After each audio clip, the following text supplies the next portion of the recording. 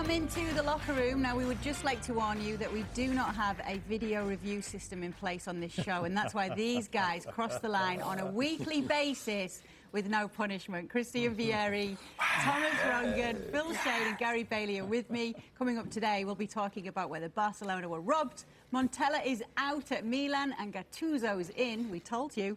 And we've got Cristiano Ronaldo doubling his La Liga goal tally at the weekend. He now has a big, fat 2 goals in La Liga. So we'll be talking about Real Madrid's game as well. But we must get started by talking about that decision in the Valencia-Barcelona game. 31st minute, Neto messes up, lets this messy ball through his legs, and look at this, it crosses the line, but the referee does not give it.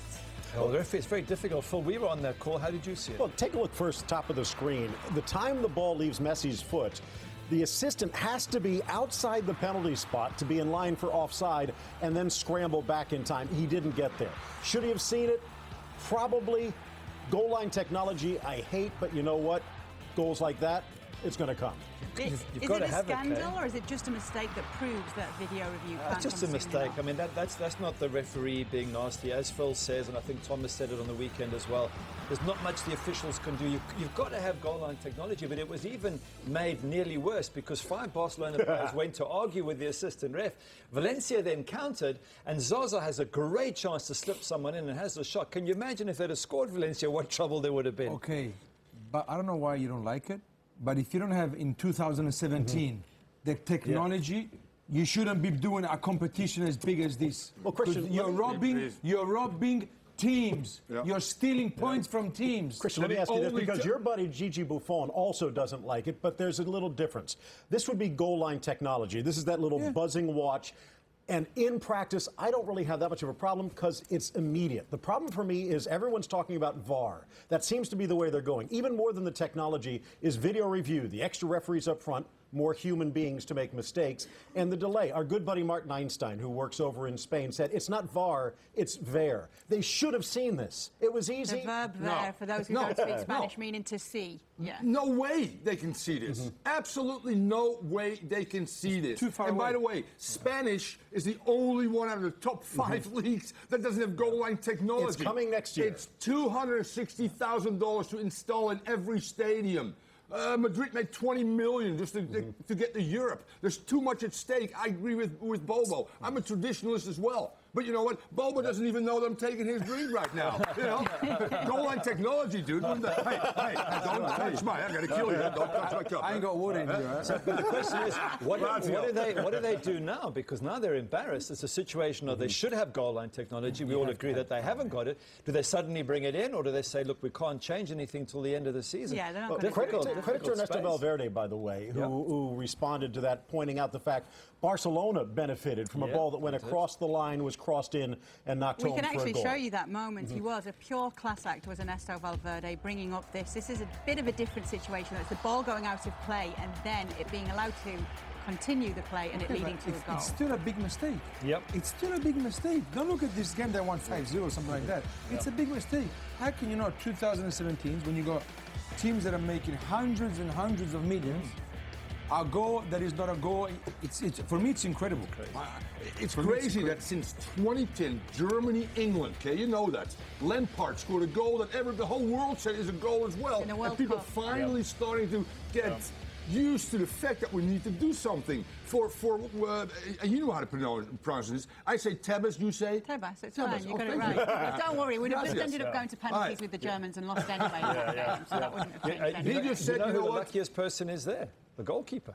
Because that's a real, I mean, that's a straightforward shot. It's one of those, and somehow he's let it through his legs.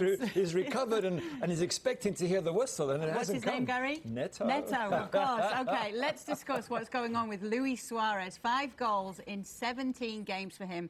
Much talk about his form. What's happening with him? There's a theory that he's suffering because of Neymar's absence. Could you argue that that's a strong case for him right now? My knee, because I'm playing football in the beat. He's suffering, you know why? Because he's not scoring. That's why he's suffering. Like we all said, I think he looks overweight for me. Yep. He's slow and looks overweight. So when I played games and I wouldn't score for 3-4 weeks, something like that, I would say, how much am I weighing? You start asking yourself, am I doing everything okay? Am I doing something wrong? Am I eating something that's making me heavy? Because it's not possible, 5 goals in 17 games. In 17 games, he should have 14, 15 goals. Paulinho's got 4, he's got 5, but isn't it his pace? He was caught offside 6 times in that match, and that makes me think there's a striker, Phil, who's trying to steal a yard. He's trying to cheat because he knows that he's lost that crucial yard. Let me ask you this, just the other concept is Neymar leaves, things have changed a little bit. You have a new coach in Valverde, it's not the 4-3-3. So, as a center forward, does it make that much of a difference which channel you're running in? He came from Liverpool. How many goals did he score in Liverpool? 50 plus. 30, was Neymar there? Was Messi there? No. It's all excuses. But his last year in Liverpool, he also didn't score as many goals. I'm somewhat with you, Bobo, but also with Phil. You're halfway. I'll show you the heat map, Suarez's heat map. All right, this year, all 14 no, games. I can see it, so This is 1, 2, and 3. The third zone is where he's the least, and that's in front of the goal. He needs to be in front of the goal. Dembele not being there, and Valverde playing him a little bit in that zone there, I think has worked against him, without a doubt. Can I say something? But how many chances do Barcelona have? Only at home, at the No Camp. How many? They have 10, 12 chances every game. It's not that they have 1 chance a game in Israel. The team has 10 chances a game. He's lost every game at home. He's lost something. I'm going to make a statement now. He might survive the January sales, but in June, July, they will buy a striker and he's gone. You really think so, Gary? I'm saying it now. It's my bold prediction. Even if he gets on track. Well, I don't think he'll get on track. That's the thing. I think he's slowed down. Road? Boba said he's got extra weight around his legs. He's not the same player, and Valverde is already looking. That weight around his legs, then? I don't think he will. If there is weight, and that's around my his bold legs. prediction that he'll be replaced in the summer by a new player, So Harry Kane. He's got to get into jazzercise or something. Maybe do a little fitness on the bike. I say when Dembele comes back, he gets back on track again. Think so? Okay. Right. Yeah, well, we'll bring this conversation back up for sure. Now, Rodrigo's not been struggling to score goals this season. He scored against Barcelona in this game. In fact, scored the opener because obviously that Messi goal wasn't allowed to stand. And we were just talking, Rodrigo's looking to impress his national team coach because the World Cup's coming up, and obviously he could definitely fill a perfect slot there up top for Spain. Could he fill a perfect slot for another team in Spain, like a team he used to be at, like Real Madrid? In my mind, this is a team that needs scoring. We're going to get into that a little bit later. But what we've seen from Rodrigo is amazing. He grew up kind of in the shadow of his dad's best friend's sons, Thiago and Rafinha, and he was always kind of the third wheel. But what we've seen from him this year is now that he's getting the chance to shine, the whole rework with Marcelino at Valencia has put a lot of responsibility on him. He's got to do a lot of the running around Simone Zaza to create space, and the goals are falling. 8 goals so far this season. That's probably as many as he scored in his La Liga career. So he's hitting the high notes at the right point. Is he a Real Madrid player? You know what, in all honesty, I think he's a perfect fit for Valencia. So what did this result mean for Valencia? Because it was a draw. Obviously, they got a decision very much going in their favour, but they still really battled on and showed that they can fight against a team like Barcelona. They were amazing in so many ways because they got blitzed first half. I mean, 76% possession, Barca, 6 shots on target to 0. It was all Barca. Valencia weren't even in, and I thought, wow, this team's second. Lucky. But second half, they just came out. They started to probe. That Guedes out wide on the left, he's going to be some He was player. playing with a broken toe. The entire 90 minutes with a broken toe. He wanted to get this game in. And Zaza's playing with torn meniscus. I mean, you could imagine if they would have played that for 2 halves, they walk away with 3 points. I don't know about broken toe or a torn meniscus, because normally when you got a broken toe, you don't walk for 20 days. When you got a torn meniscus, you don't walk for 30 days. So I don't know, because they're saying that everyone's injured, but it's to play with a torn meniscus, you can't even walk. So, Real Madrid, who we've just mentioned that maybe He's Rodrigo Italian, could return and it would work. They played Malaga at the weekend and they just won this one 3-2. Malaga gave them quite the fight in this one. Cristiano Ronaldo with the winning goal at the end. Penalty that he took was saved and then he managed to score the rebound. But let's just take a look back at the highlights in this one. Did you see a more inspired Real Madrid in this game? I saw a great header there. I don't know what Christian thinks, but from that angle, for Ronaldo to get that header back, and it was the old guard. It was the cross Marcelo, great header, great leap, and then Ben's picking up the loose pieces. If you have no strength in your legs, you don't jump that high. So that means he has strength, he's fit, And he's not scoring as much as he was a couple of months He ago. won But 4 out of his 5 aerials throughout the field, nothing particular that one as well. So I agree with Bobo. Now Ben's got 9 games, 2 goals. He's got 9 games, 2 goals. Ronaldo. Bale is tough. Now he'll look at the BBC all of a sudden being a little bit disjointed this year. But again, throughout all his games, 7 chances, 7 shots on goal, 4 on target, and a goal. You know, so he's still there. He's gonna get it again. So that's up front. So things are looking good there. But at the Don't back, look now, Kay. Don't look now. Casillas. Criticism for this man. Obviously, second choice goalkeeper for Real Madrid with Keylor Navas out at the It's moment. those of, I think you're right, those of the bench are not performing. Modric comes up, Ronaldo scores this penalty, the old guard are performing, but Kiko Casillas for the goal, nightmare. Didn't see Vasquez, the young lad at the back, Vallejo, still settling I thought he was outstanding with one mistake, Yeah, similar one mistake. to his first start. And let me ask you this, Thomas, when you talk about the offense, in some ways, though, you have to be impressed with Malaga, but that's the difference between a team that's going to contend with for a championship and a team that's going to be dancing around the relegation zone. Malaga played outstanding, but couldn't put Real Madrid away, and it cost him at the end.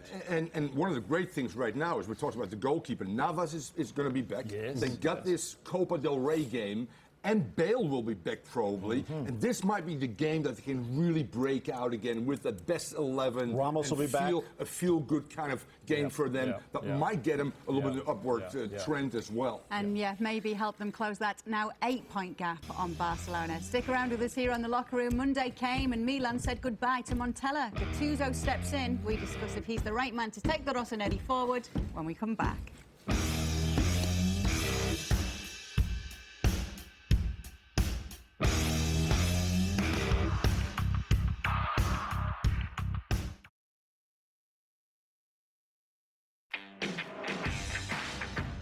What I love time, and we start in northern Spain at Balaidos. Sevilla coach Eduardo Berizzo has been diagnosed with prostate cancer. Now, his former club that he played for and managed, Celta Vigo, made sure the Argentine knew that they were all still right behind him. In the 6th minute, they put on an ovation for him. 6 was the number of the shirt he wore when he was there. Across the board in LaLiga, we saw support for Berizzo. Barcelona came out with the Toto shirts. It's a great sign. Hopefully he'll recover fully. Yes, and we support you too, Toto.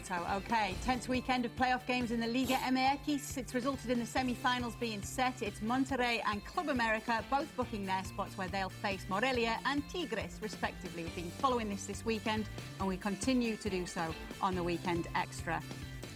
In Italy, Vincenzo Montella was given his marching orders as Milan coach. But if you're a regular viewer of this show, you won't need us to tell you that the man who's taken over is former midfielder Gennaro Gattuso, because Christian Vieri told us that weeks and weeks ago, and you supported it too, Thomas. Intel, man. You should work for the CIA, FBI, KGB altogether. How did you know? KGB. Well, Trump might not. Is he the right man to take Milan forward right now? look what he's doing there.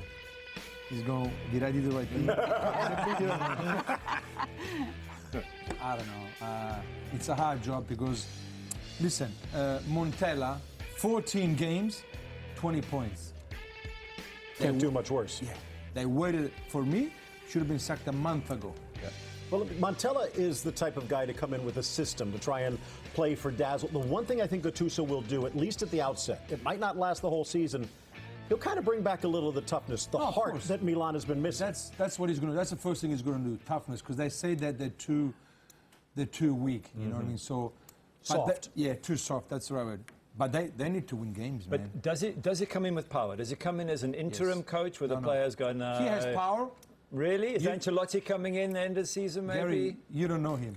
Yeah. Yeah.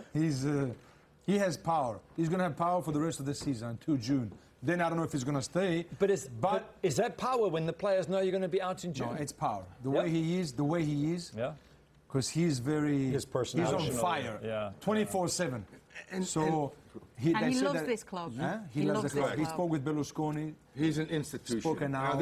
I think everybody knows that, obviously. He's been a great player with great pedigree, different than Bobo. Every team needs a guy like that. And I think this team might need that as well. Let's be real honest. They've played every team above them. Next 3 games, Benevento. Benevento won a game yet? Nope. No, for 14. Bologna, Verona. I'm telling you, Gattuso, maybe we get a little run here. They're 11 points behind Roma. I don't think they're going to make that up for football in Europe, but I think it's a wise move. And if he doesn't do it till the end of the season, you're right. Now you got the question of Conte, whoever they're going to get. But then he becomes another Seedorf for Inzaghi, who was an ex-player who tried, who failed, and then they got no choice. You know the thing is, Gary, they've got a soft team, a weak team. So he's because the it's ideal not guy, always it's always Mihailovic's fault. Yeah. It's always Inzaghi's fault. It's always Seedorf's fault. Yeah. It's always the coaches. It's not like that. So we're going to see him on the touchline having a go. You need players, because you can't always blame them. Every year they're changing the coach and blaming the coach. It's not. The coaches aren't to blame. Well, he's been in charge of the Primavera, right?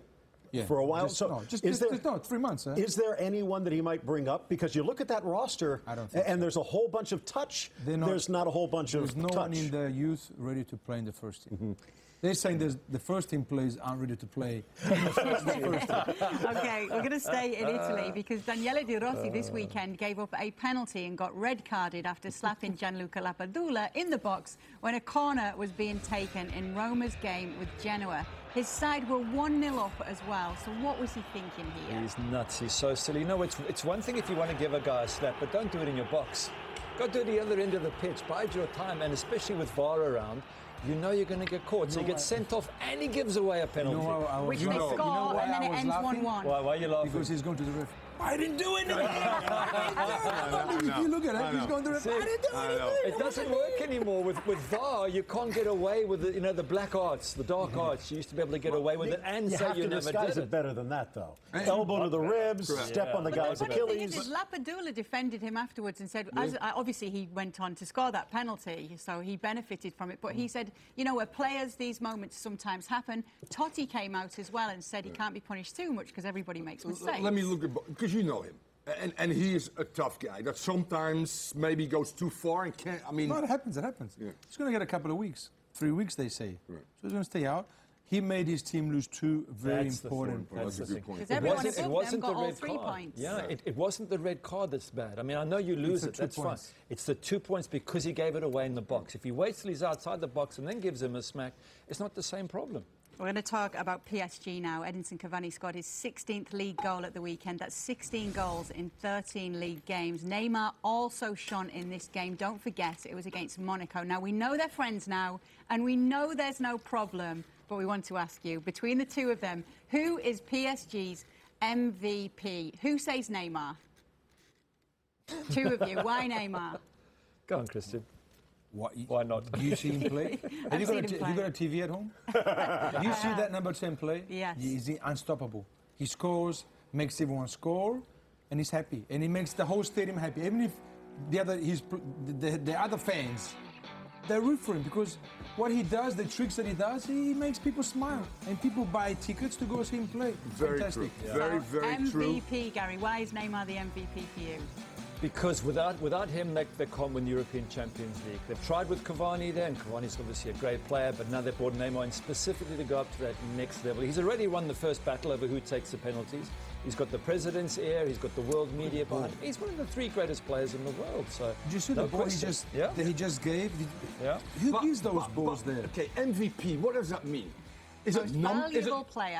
That's you Americans with this MVP. No, you go. I'm just responding totally to the question. Respect and understand that the beauty of the game. He's an entertainer, one of the top 3, and I agree with that. But right now, I'll take Cavani with his numbers, which is staggering, more than any other player in Europe. Leading goal scorer in combo. And to be real honest with you, he's got more assists than Mr. Neymar and twice as many goals. And you know what? You take Cavani out, they'll struggle. You take Neymar out, you know what? We got Pastore. Stay here. We got Pastore. We got Rabiot. We got Di Maria. We got Maura. We got so many replacements, baby. Come on, talk to me, Bobo. Talk to me. No, I agree only halfway. 50%. You're going Cavani It's more than that because I think there's a personality involved. And just like when Ibrahimovic was so important when Cavani was starting to take the mantle, it could have been very ugly at that point. This was ugly. Cavani was the one. You could have put air quotes around the way you said they're friends now. Cavani could have just kept the dagger in his hand and waited for Neymar. He didn't. He says, okay, Neymar's going to take the penalties now. I'm just going to try and score as many goals from the run of play. It could have gotten ugly. I think PSG is the only team that can stop PSG from winning right now. And thanks to Cavani, that's not going to happen. Phil, you're saying like in the French league.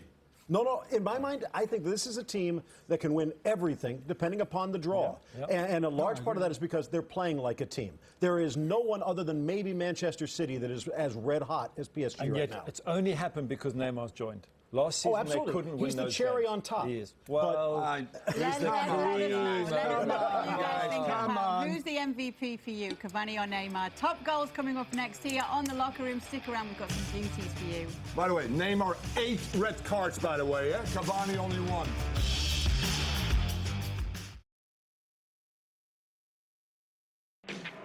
The Locker Room is presented by Ford. Go further. Top Goals is brought to you by Ford, and we've got 5 crackers for you this weekend. We'll actually begin in the Serie A with number 5, Stefan El Shaarawy. yeah, this is a lovely goal. Okay, it's a great ball in from Florenzi, but look how he hits it past the goalkeeper, going the other side of the keeper. Absolutely brilliant bit of skill there from a man who maybe should have played more for Italy. They might be in the World Cup. Look how well he takes it. It's coming across his body. Wonderful skill. Great pass from Florenzi. In at number 4, Carlos Barca. Look at Barca. He looks Speedy Gonzalez here. Yeah, but Look at him. He's not done. He's not done. God. What are they doing? What's his defender doing? I knew it was coming. Wow. Look at how pacey he looks. He looks like my ex-teammate Ronaldo. Oh, phenomenal. Carlos Barca, he had But the a nice defender, little dig today for Montella as well. What'd you say, Kate? He had a little dig towards Montella today. Okay, Matteo Di Sciglio with his first ever Serie A goal. Absolutely, and why not make it a cracker? Take a look at that. This is what people have been expecting from De Sciglio since he came up, 7-8 years ago, to add that offense to a pretty good defense. The defense has been there this year. This looks like a guy who's used to scoring goals. In at number 2, William Jose. Jose. Thank you, Kate. Lovely ball in. Great first touch. And now roof that baby. That's a Bobo Vieri goal right there, baby. Give it inside the 6 to me, and I'll finish that stuff. That game finished in a draw, but yeah, that was a lovely goal in that one. Great first touch there, him. Just to kill the ball. In at number 1, it's not just the goal, it's the assist as well. It's Barcelona. Lionel Messi with this lofted ball over for Jordi Alba to finish it like this. Fantastic Isn't it? goal. The ball, the finish. Wow. Everything. What a ball. It was not the best of games for Lionel Messi, and then he pulls that out of the hat. It's like, just why play the other 89 minutes? And you usually see it the other way around with these. So I think they've combined for like 5 goals, 4 for Messi from Alba, and then this is the other way around. He's returning the favour. But wonderful stuff there from the 2 of them.